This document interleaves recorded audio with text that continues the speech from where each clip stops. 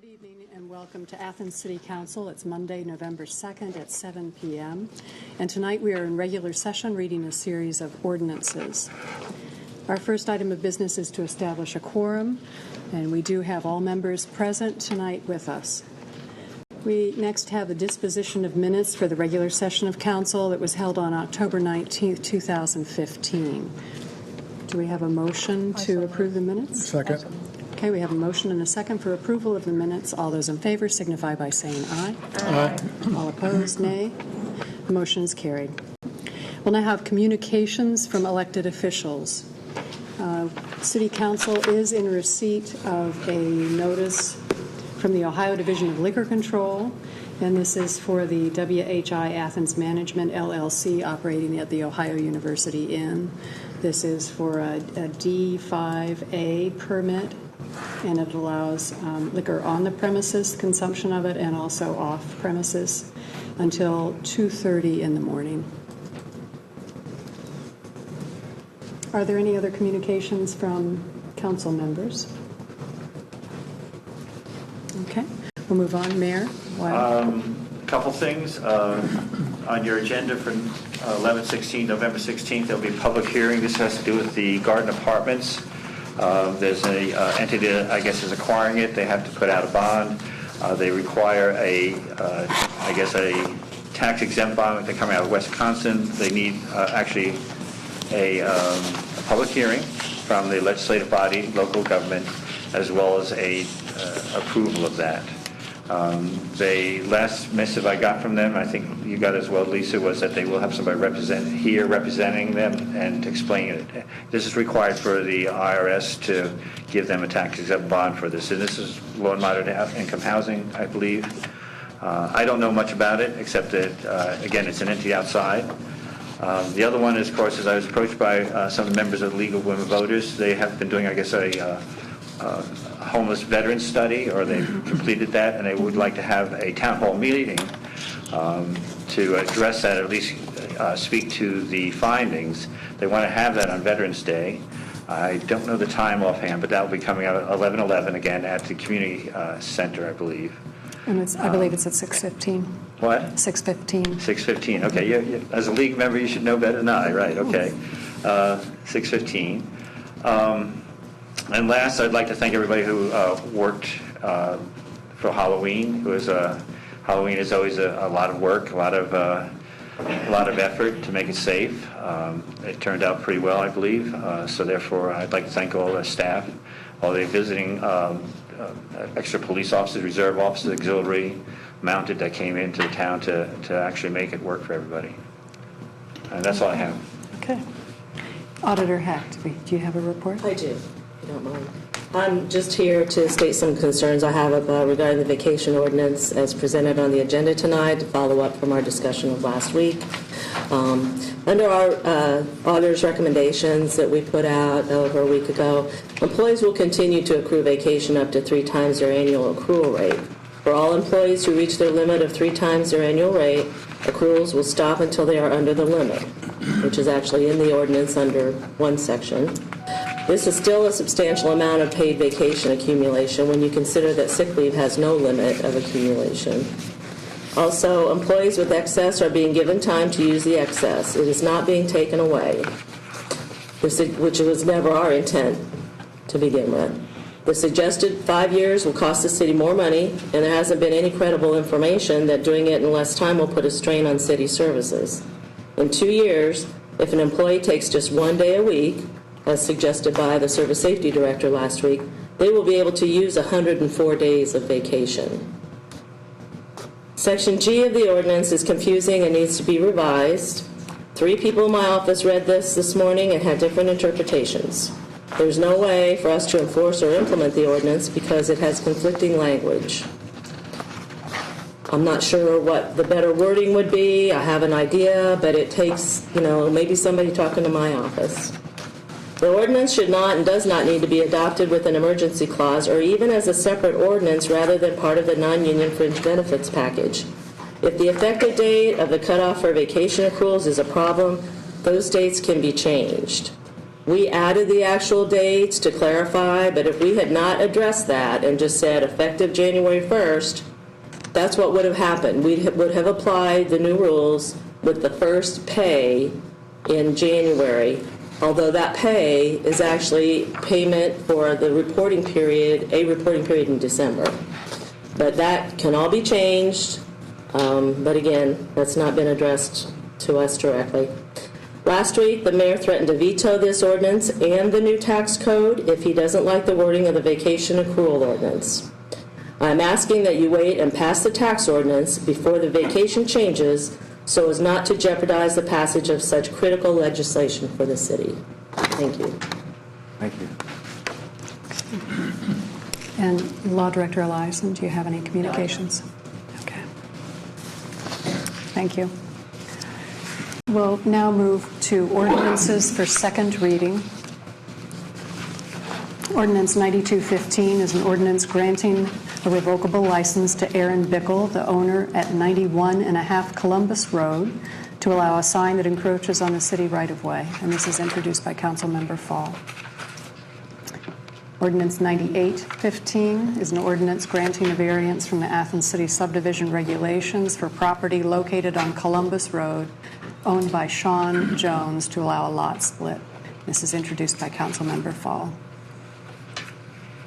Ordinance 9915 is an ordinance amending the Athens City Code to establish Title 17, the municipal income tax, and this is introduced by all council members. And Councilmember Reisner, do you have? Unless we're going to suspend. We need to amend. We need to amend it. Okay. I move to amend 9915. Second. Okay, we have a motion and a second for an amendment. And all in favor for and you need to explain, Yes. please, for us. That this It is has to do with the advisory. transient guest tax section to put into section 17. And Right now so it's 15. making it consistent so our transient Exactly. guest tax is understood. Okay. All those in favor for amending the ordinance signify by saying aye. Aye. All those opposed, nay. Okay, the ordinance is amended and has been read for the first time. Ordinance 10115 is an ordinance authorizing the auditor to reduce 2015 year-end appropriations, and this is introduced by Councilmember Reisner. We now move on to ordinances for first reading. Ordinance 10215, an ordinance accepting a replacement bus for the City of Athens transit system purchased through the Hocking Athens Perry Community Action Programs, or HAPCAP, and funded by a federal grant. This is introduced by Councilmember Pappy.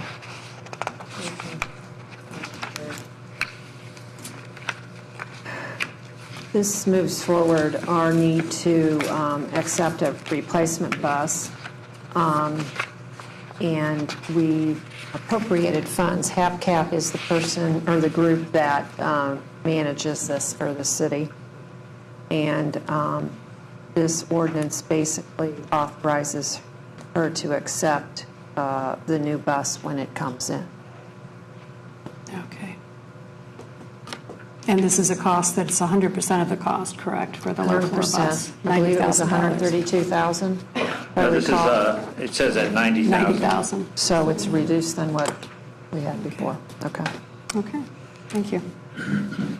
Ordinance 10315 is an ordinance authorizing the Service Safety Director to suspend temporarily the fee for parking at metered spaces in the municipal parking garage, and this is introduced by Councilmember Pappy. Thank you. I move to suspend 10315. Second. This is our holiday parking compromise ordinance, where we are going to be not charging fees at the metered spaces on the days through December. We need to suspend this evening so that it will be 30 days in advance of the actual this beginning. It's after 5 p.m. On Thursday, December 3rd, 10th, and 17th, and all day Saturday, 5, 12, and 19. Okay, thank you. We have a motion to suspend the rules and a second. All those in favor signify by saying aye. Aye. Opposed, nay. Okay, the rules have been suspended. I move to adopt I went by my number here, 10315. Okay, we have a motion and a second to approve 10315 as described for the uptown parking during the holidays. All those, and you have a question, Councilmember Butler? Thank you. Just for clarification, am I correct in understanding this is solely just for the parking garage, the meters? This is not for the street, is that correct? That does say the parking garage in the ordinance itself as I'm reading it. To help communicate for the public? Thank you. Thank you for clarifying. Mayor. Any other comments from council members? Mayor? The mayor had a comment. Yes, Mayor Watt. Again, we've done this for several years in terms of actually freeing up parking for the entire break, so to speak, or winter time. We've kind of pared it down, and for the past 5-6 years, I think it's only been the parking garage and not the street meter. So we've kind of whittled the time down, again, mostly because we have to pay for quite a bit of work on the parking garage right now. So it is only parking garage as stated. Thank you. Okay, and Councilmember Canterbury. And is there going to be a time limit put on how long a car can park there, like a 2-hour limit, or you can't park there 24 hours? No. Well, if it's for one day, basically, if it's going to be from after 5 p.m. on Thursdays, and all day on Saturdays, all days we give you Saturday, but the next day, Sunday, you have to be out. Although I think parking's free on Sundays anyway, isn't it? Right. And Section 1 of the ordinance does say that this is suspending the fee, and it excludes the 2-hour metered spaces on one upper. Oh, is that what you meant, the 2-hour meters? Yeah. That's excluded, obviously. Okay. Right. So I wasn't sure what you meant in terms of we'll parking. have in general. signage out, I'm assuming, that it says, Okay. that it's free. The free parking is for above the first floor then. Okay. All right, thank you. We have a motion and a second for adoption of ordinance 10315. All those in favor signify by saying aye. Aye. All those opposed, nay. Okay, the motion carries and the ordinance is adopted. We now have ordinance 10415, an ordinance suspending the Athens City Code, section 7.05.03, continuous parking in the same location from Monday, December 14th, 2015, until midnight on Friday, January 1st, 2016. And this is introduced by Councilmember Pappy. Thank you. I move to suspend 10415. And again, this is something that the City of Athens has done since about 2006, where the town on the city streets with parking becomes pretty open. And for people who have visitors coming to town in the neighborhoods and whatnot, we've decided that this is something that we can do. So that's why, and we need to suspend it again for the 30 days, so it'll be fully in effect come December 14th. Okay, we have a motion and a second to suspend the rules. All those in favor signify by saying aye. Aye. All those opposed, nay. The rules have been suspended. Move to adopt 10415. Okay. We have a motion and a second for suspending the rules, and this will allow for continuous parking during December 14th to January 1st. Any other comments from council members? All right.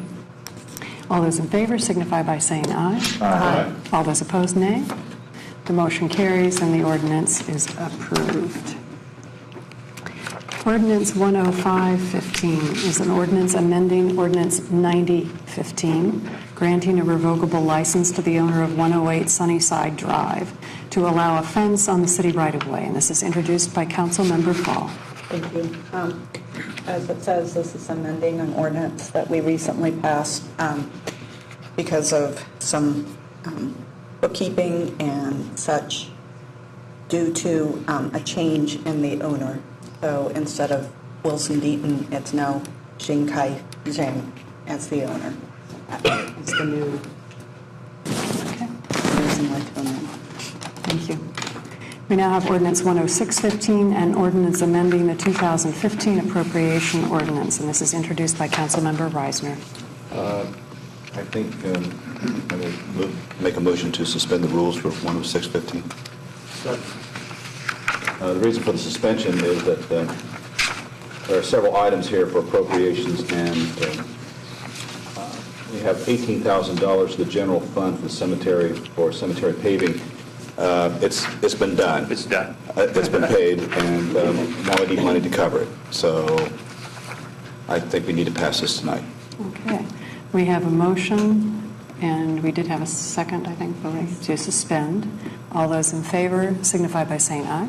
Aye. All those opposed, nay. The rules have been suspended. This ordinance, let me just read through here because it does deal with appropriations and people do have a right to know where their money's going. $12,500 to general fund 101 for phase 2 EPA assessment for the Army. $30,000 to general fund lands and buildings for street lighting, electricity. $18,000 general fund, this is the cemetery for cemetery paving. Good job, by the way, I looked at it. $12,000 to the recreation fund to cover payroll through year end. $46,000 to community center fund to cover payroll through year end.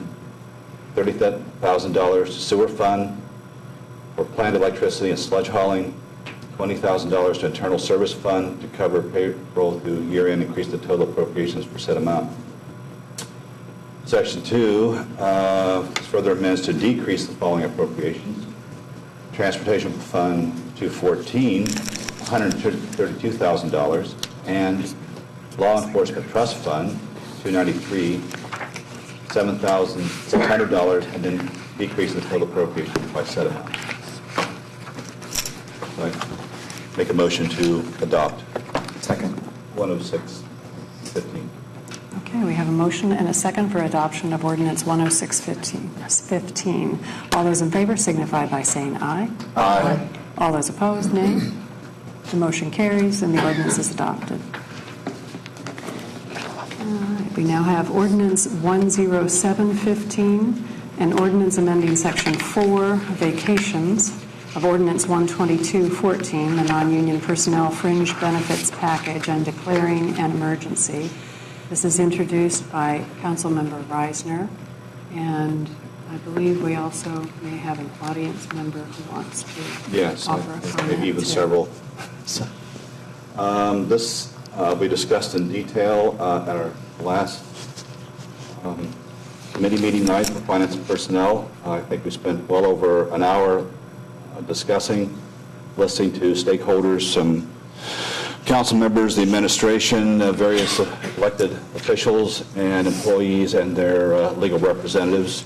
I said at that time, well, we'll go back to the drawing board.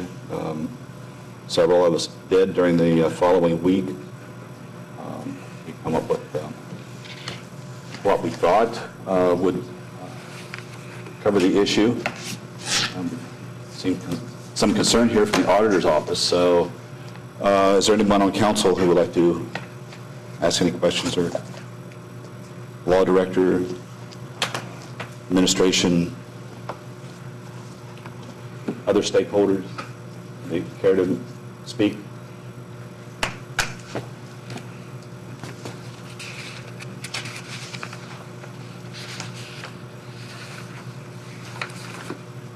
Good evening. My name is Laura Kreider. I live on Spring Street in the city of Athens, Ohio. I come to you this evening as a taxpayer and not as my duty as deputy auditor. I come because, as Member Reisner suggested, there was a long discussion last Monday evening of various stakeholders. Although after leaving the meeting, I felt that there was a stakeholder that was somewhat left out of the discussion, and that is the taxpayer at this point. First, let me begin by recognizing the dedication of our council members.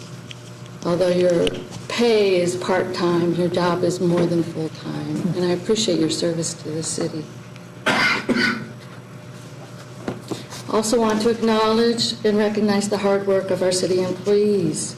There are so many good employees working hard, many of them working behind the scenes, who deserve more recognition, and I thank Mayor Weil for making that recognition this evening about a job well done this past weekend. Last Monday evening, I heard the words fair and employee-friendly. And we want to provide for our good employees. All things I firmly agree with. I believe strongly that all employees should be treated fairly and with respect, and as so does Auditor Hecht, I'm aware of. I also want to say I have a lot of respect for Bill Todd and what he had to say last Monday evening, when he finished by saying that what he wants to do is a good job for the citizens of Athens. I admire that statement. Isn't that really what we all want?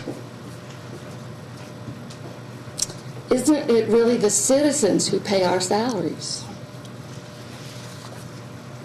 The mayor, service safety director, and Mr. Shostak say they want to treat our good long-term employees well. Employees should be allowed to accrue unlimited paid vacation as well as their unlimited paid sick time. This is a wonderful statement. Who wouldn't want to provide all that paid time to employees? I think we can all agree that that would be wonderful. Oh, wait just a moment. Who is going to pay for all that unlimited paid vacation? Well, that would be our taxpayers, of course. So let's examine this a little further. Who are our taxpayers? Obviously, we don't live in an area rich with manufacturing and industry. Other than Ohio University, the county, the city, maybe Oblenus and Holzer, a large number of people, if they are lucky enough to have a job in Athens, work in a restaurant or one of the many fast food establishments or a retail store, which usually offers minimum pay and minimum benefits. And let's not forget the small business owner who can't shut down their business to take a vacation. I guess then the mayor, service safety director, and Mr. Shostak believe that it is the taxpayers of Athens, including those who are working for lower wages and less benefits than city employees, who should support the city employees so they can have unlimited paid vacation. Does the city treat the employees well? I believe so. In the past 10 years, how many city employees were laid off? Forced to take furlough days? Weren't given an annual raise? Who's paying for that? It's the citizens again, the people who haven't received raises, who are forced to take furlough days, who are facing losing their jobs, as we see in the paper, Holzer's laying people off. How do you suppose the people who work at low-paying jobs with minimal benefits feel when they're asked to pay city taxes out of their income so city employees can get unlimited paid vacation? How many of them, I wonder, get any paid vacation? Mr. I love to sue the city Shostak gets up and says, the city has deep pockets. What's a few dollars to the city? Again, it is money from the taxpayer. It comes out of their pocket. Mr. Shostak then goes on to say that allowing employees to use their excess vacation time over a 5-year period will be less costly than doing it in 2 years, stating that doing it in 2 years will create massive overtime. I would like to see what factual basis Mr. Shostak is using to predict the amount of overtime required in the next 5 years. What is clear to me is that salaries increase every year. 5 years from now, employees' salaries will have increased, and the use of overtime to cover services will be more expensive. Is this fair to the taxpayer? The service safety director has mentioned that using the excess will require some employees to be out 1 day a week. Let's look at that. There are 7 employees who have over 40 days. 4 of them range from 57 to 97, the most with 97.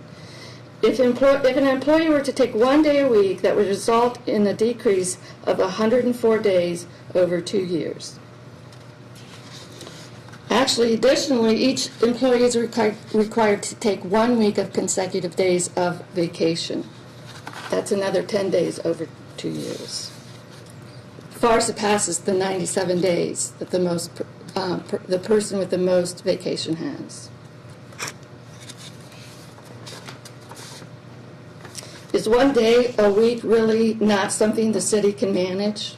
Again, what factual basis has been presented to support that this would be a strain on the city?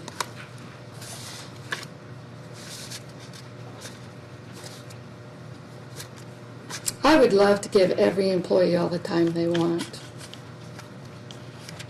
But I don't love the fact that it's going to be the taxpayer who's going to have to pay for it. Thank you. Thank you.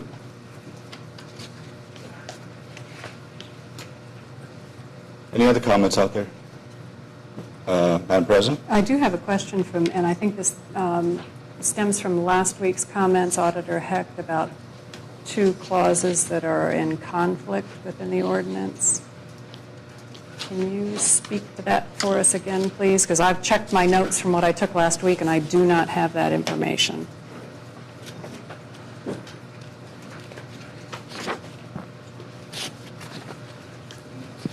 I think you mentioned E and I, maybe, was the... I think it's E and G now. G? Okay, I was thank you. looking at G, Auditor Heck. So we have a ordinance in front of us that has yellow, it's yellowed out, and you've reviewed this ordinance that we are looking at. Well, oh yes, that was sent to me today. I don't know. You've reviewed the one that we're looking at? I need to Oh, know. yes, yes, Okay. yes. It might have been sent last week, but I was at a conference Thursday and Friday. I don't know exactly when it was sent, but I saw it today. Oh. So Is let the me find my new copy. wording still in conflict, E and G? I don't know. What do you think when you read that?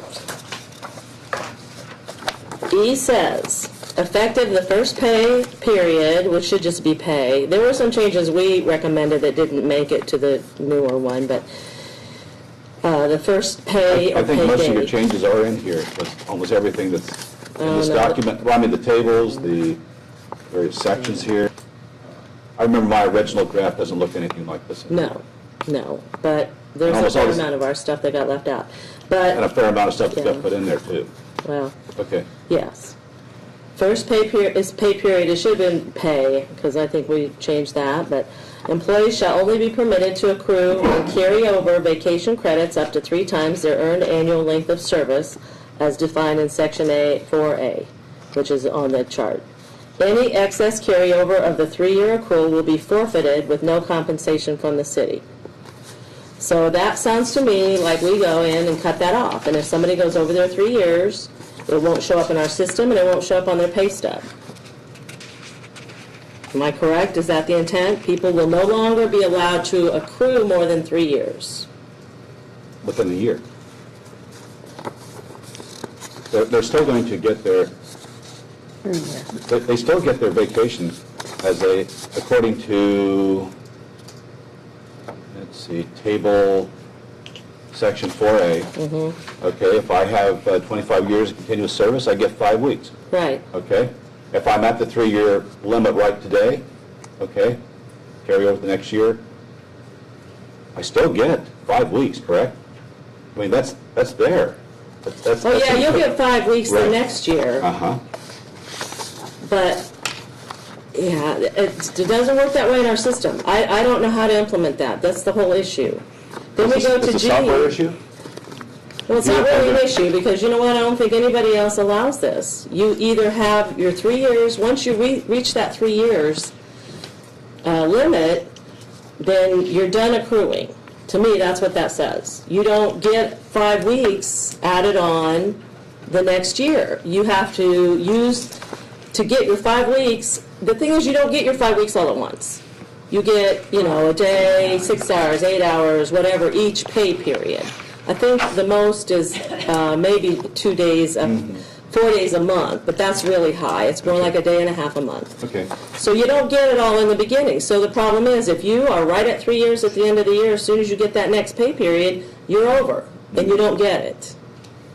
Okay? So I'm not opposed to these changes at all. This is part of the reason, I've tried to get some attention to this matter for a year and a half.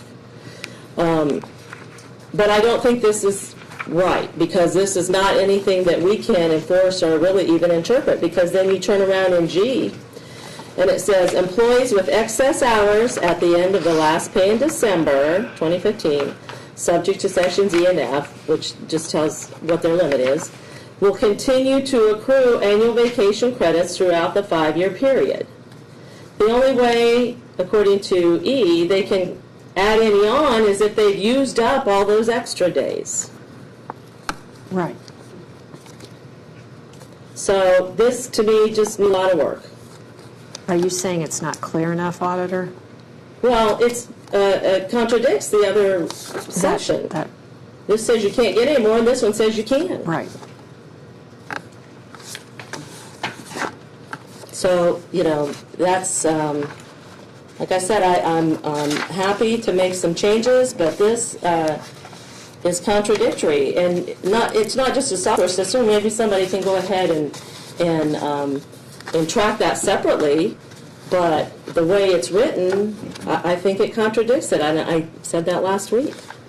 So there needs to be maybe more detail. I don't know. I have some I don't comments. know. We made changes on that. Mayor. I commented on that in my suggestions that I sent out. Mm-hmm. But, you say you added some of the stuff I put in there, but I got no actual direct, feedback from what we sent out.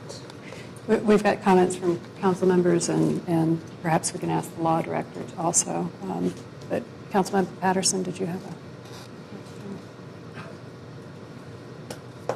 Auditor Heck, is it the last sentence in E that is throwing things off, or it basically says any excess carryover? I guess I don't of the know 3-year accrual will be forfeited if everybody with no understands compensation. how that works, that you don't get 5 weeks on January 1st. You accrue it. So Sure. if your 3-year limit at the end of December is 380 days, and you got 380 days, then you can't, your first pay, unless you take a day off, your first pay is going to be cut off. You can't continue to accrue. And maybe it is partially software, but we can't put any kind of limits in there. It needs to be fair to everybody.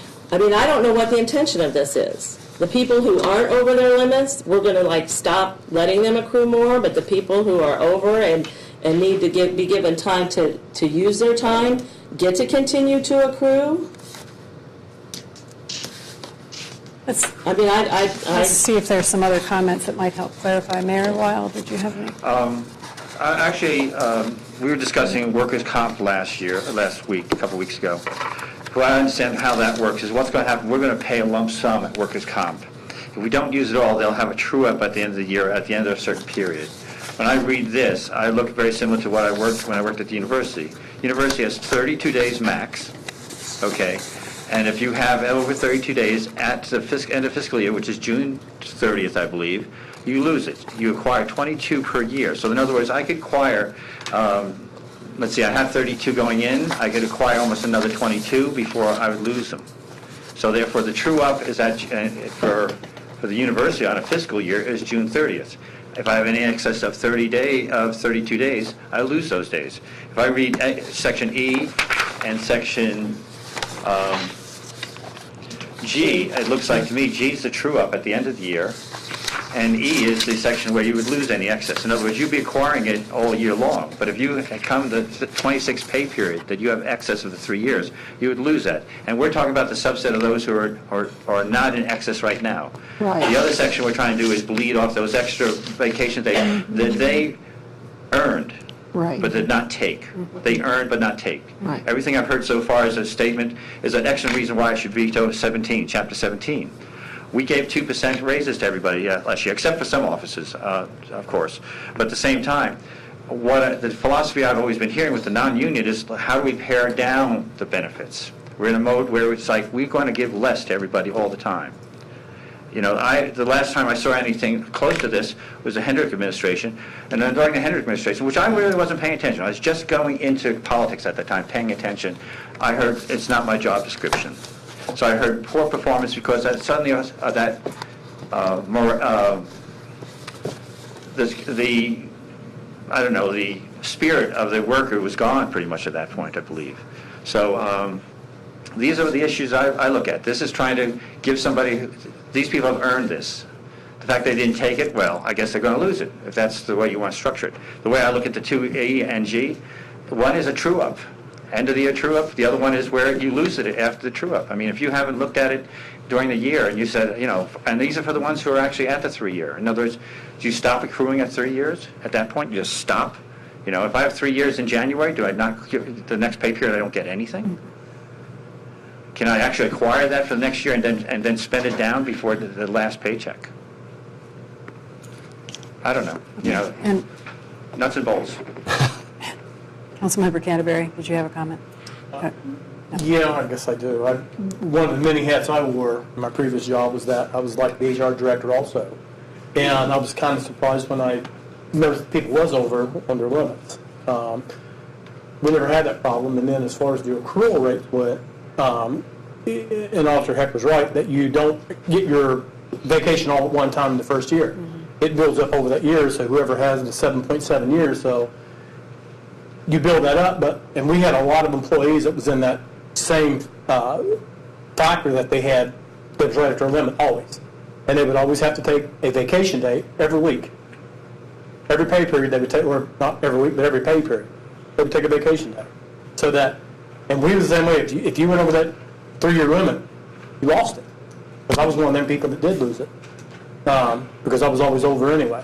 But I always lost mine because we didn't build it up. So, and again, the way that I read E and G, it does contradict. So I guess what is the intent?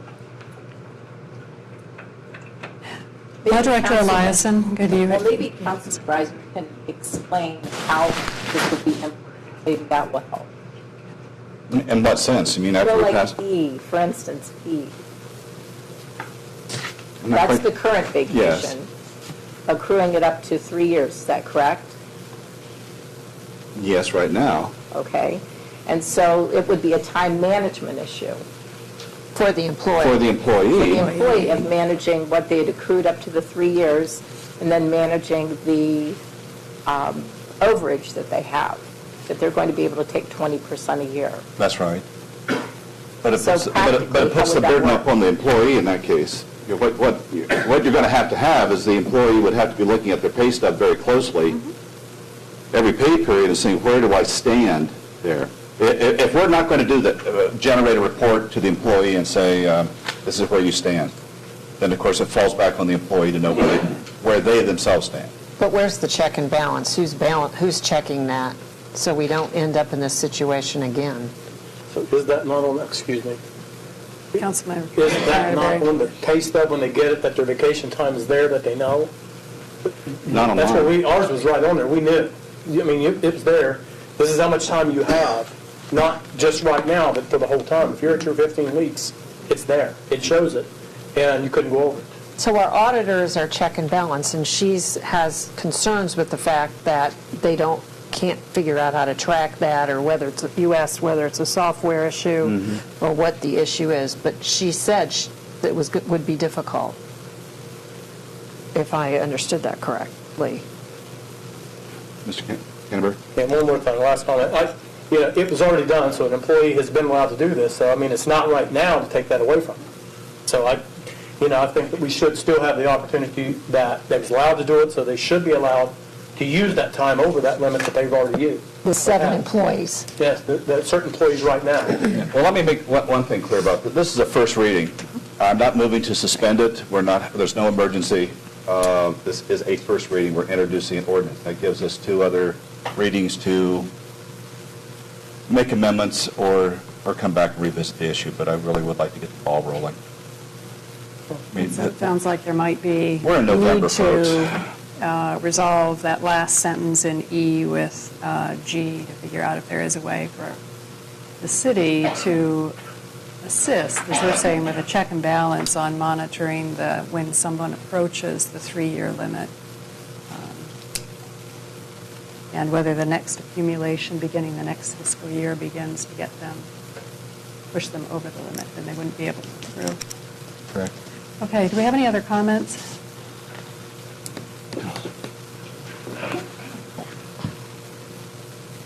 Shostak, the lawyer under attack. Some of my remarks have been taken out of context. When I said you had deep pockets, that means to me you had insurance. I'm not expecting you to rob the taxpayers' pockets to pay any judgments when they come against the city. I know you carry insurance. Initially, my thought was that I would tell council that there is a principle of law called past practice, and it has been enforced for many years.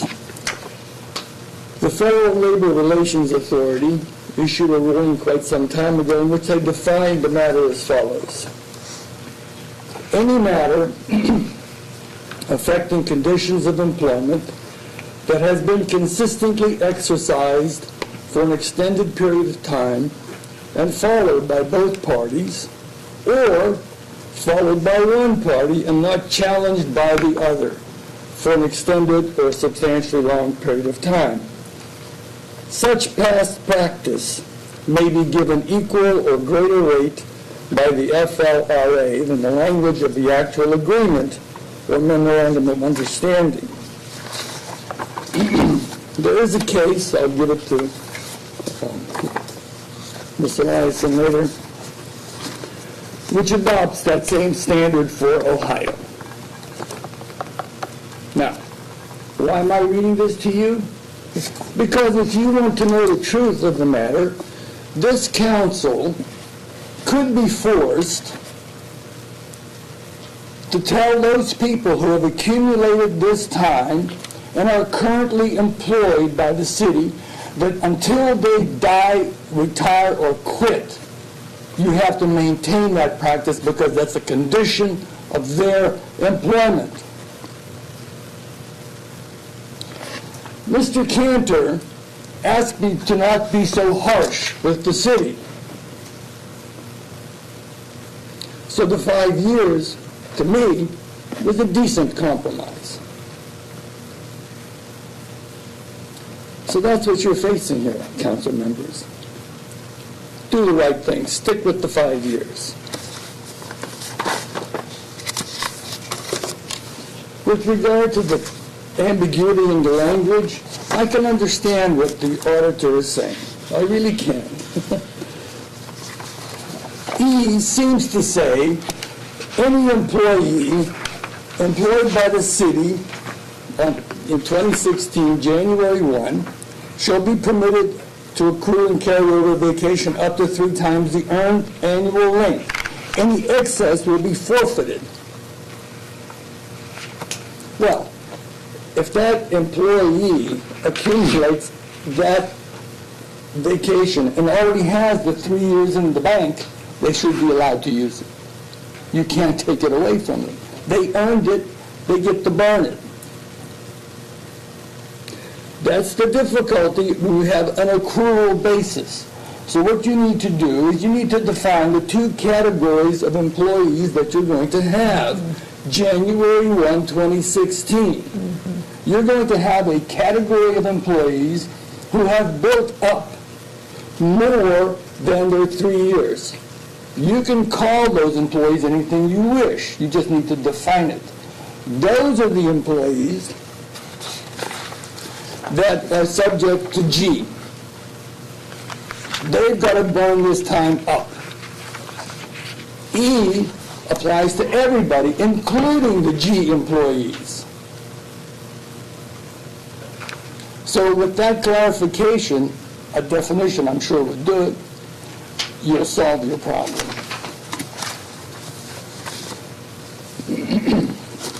I have one more point to make.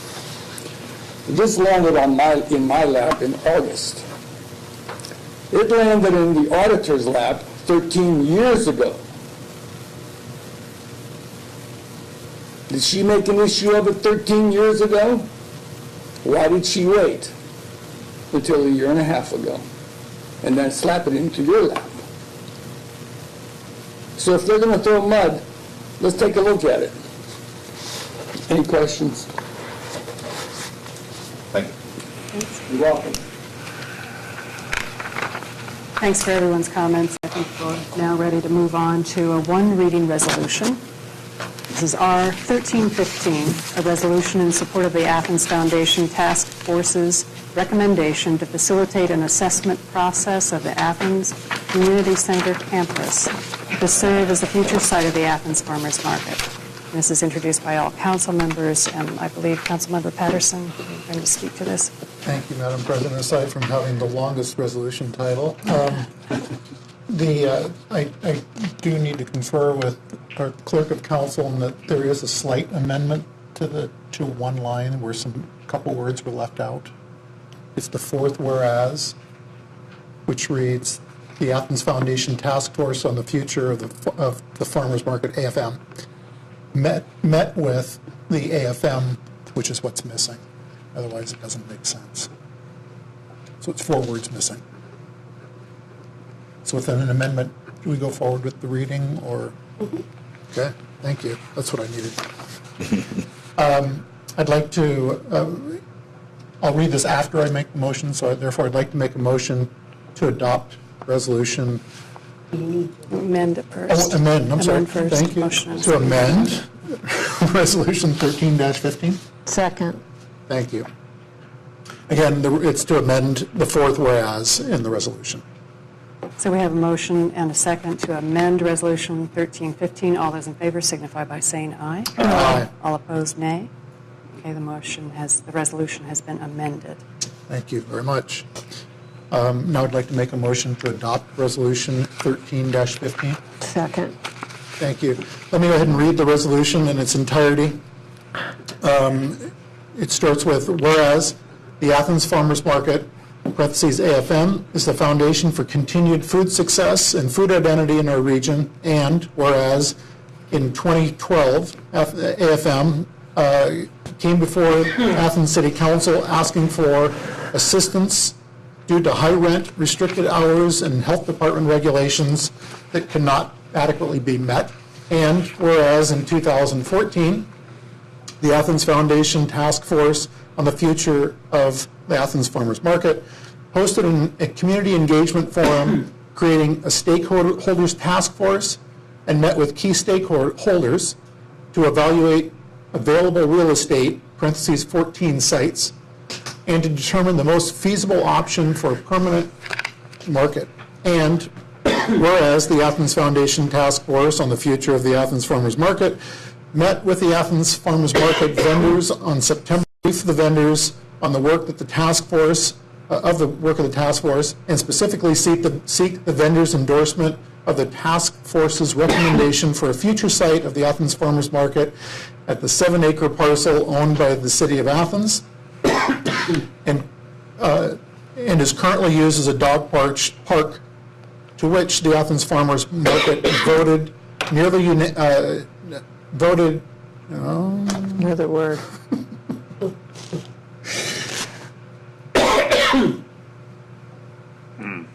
Are we in the next to last? Yes, where there should be unanimously endorsed the recommendation, the recommended site. So therefore, make a second amendment.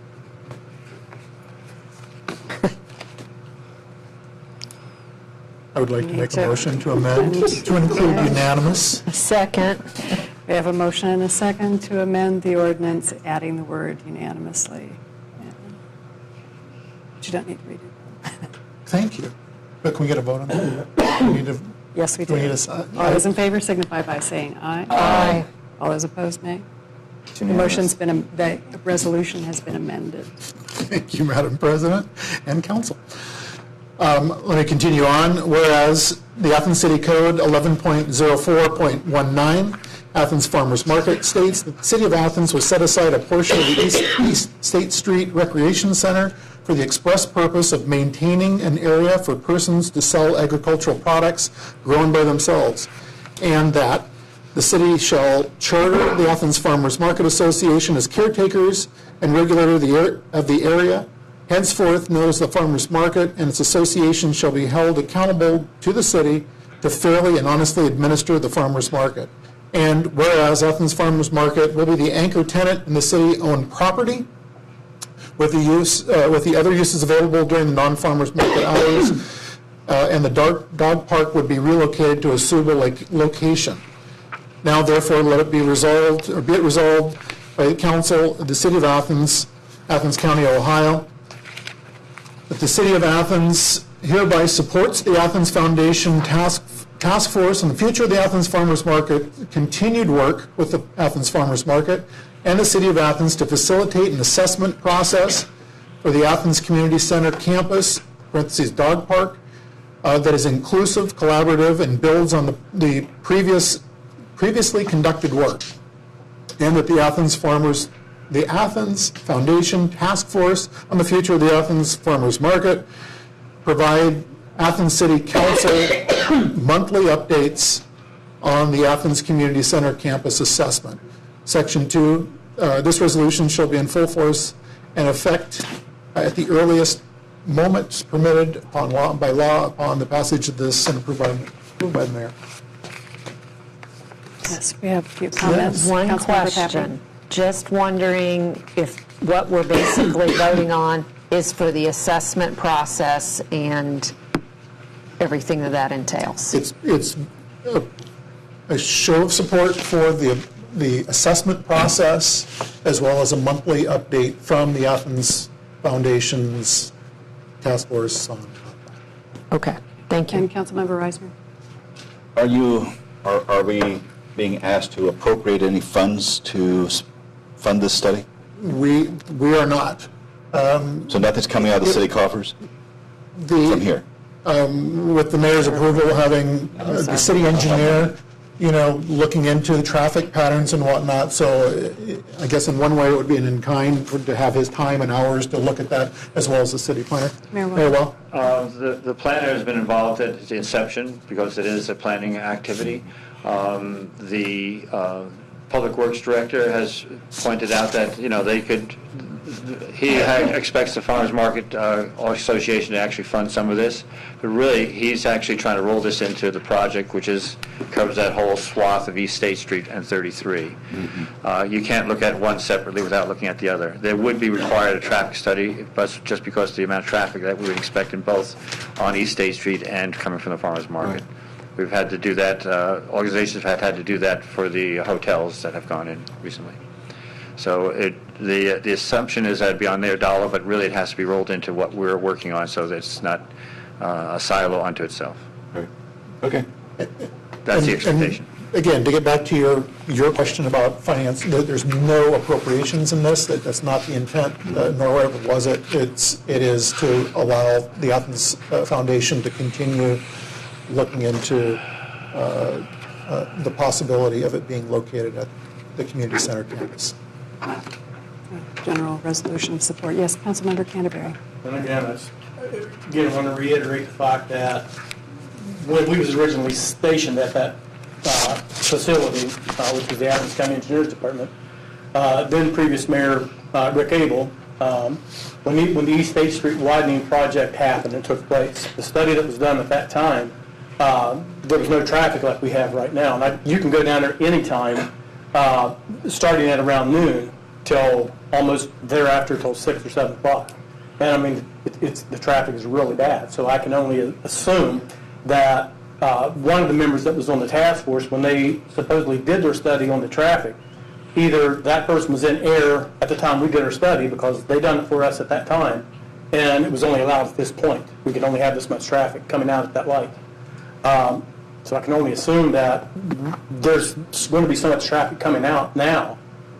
It's going to be a real bad headache, and bottlenecked as it is now can only exacerbate the problem. Or we'll make the problem even worse than what it is right now. So would part of the assessment possibly deal with the entire campus? We also have this pool issue that we're dealing with and all those kinds of things. Will that assessment look at maybe adding an additional roadway that could connect with the other lighted access to State or something? Will this be a kind of a comprehensive, because you do say the campus, the community center campus in a couple. The answer is yes. Okay. To your question, will the entire campus be explored for all options? And the city engineer has stated that he would look at all possible options to include some novel options that have never been introduced before, I imagine. So he's open for whatever can happen, if it's feasible at all. So. I personally look at this as one reading resolution is non-binding. Two is that it's really the go-ahead. They approached council and said, we'd like a nod to keep evaluating this location. It's not that we have committed to having this location, but we need to investigate further, and before they do that, they want to see how you guys feel about it. I think that's fairly, obvious. So it's not like it's going to sit there and going to happen. There's a lot of things that could stop it. Traffic studies could say this is not going to work out. So, this is as a point of investigation at this point, from my view. So we've heard the comments too about traffic concerns. Yes, Councilmember Fall. I would also add that maybe at one point, if they would need or want a council member to be appointed or to sit in on some of the meetings, that would be something that we would also do. Whether we don't need to amend the resolution, but just to put it out there. And I would do that since I'm the Ward 4 representative and planning and development person, so if they need to reach out, I'm here. So.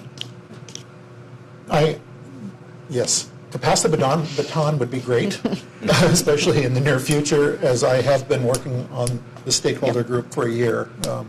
So council has been involved to some degree. Right. So yes. When and if. That would be great. Okay. So I think we have several amendments now. We have a motion and a second to adopt. And all those in favor signify by saying aye. Aye. All those opposed, nay. Okay, the resolution is approved. We'll now move on to announcements and other business. Do we have committee meetings that need to take place next week? Finance and personnel. Finance personnel. Any other meetings? Planning or transportation, service safety? I believe so, yes. Service I'll say safety? yes, yes. Okay. And then just one other announcement is that tomorrow is Election Day. So everybody, please, you hopefully registered to vote and do go out and vote. The polls open early. They stay open late. It's an important part of the process. 6:30 to 7. 6:30 in the morning till 7:30 at night. 7 o'clock at night, I think. Any other announcements council members need to make? Okay. We now have an opportunity for citizens to speak on legislative issues and city services that have not been covered on the agenda tonight. Is there anyone else who wishes to speak on any item that was not on the agenda? Okay. If not, then we'll entertain a motion for adjournment. So moved. Do we have a second? Second. Okay, all those in favor signify by saying aye. Aye. And I'll say none opposed, I bet. And it is now 7:58 p.m. that we're adjourned.